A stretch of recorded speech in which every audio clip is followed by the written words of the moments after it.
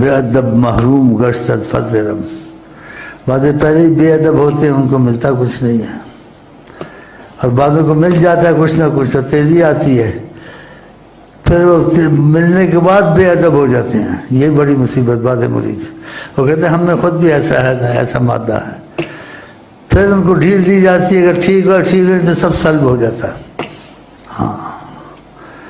بعضوں کو دے کر بھی خدا لے لیتا، بے ادب ہو جاتے ہیں، کیونکہ اللہ تعالیٰ نے کہا بنی آدم تو شکر گزار نہیں ہو سکتا کوئی نعمت کا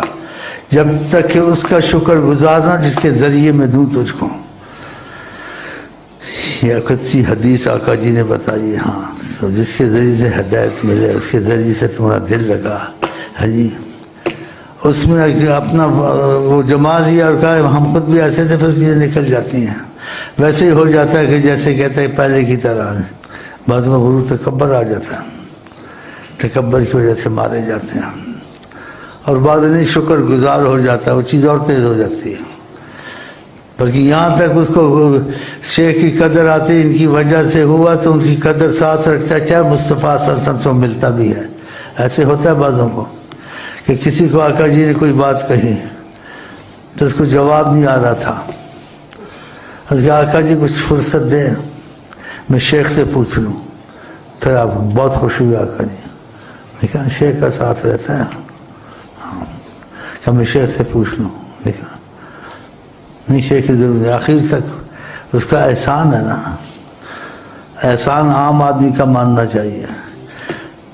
کسی کام میں کہ تم پر کسی احسان کا احسان مان دے، کیسے طریقہ اتنا بڑا احسان شیخ کے ذریعے تمہارا دل خدا رسول کے چل پڑے اور پھر لگ جائے اور نعمت، پھر تم کہ میں خود بھی ایسا ہوں،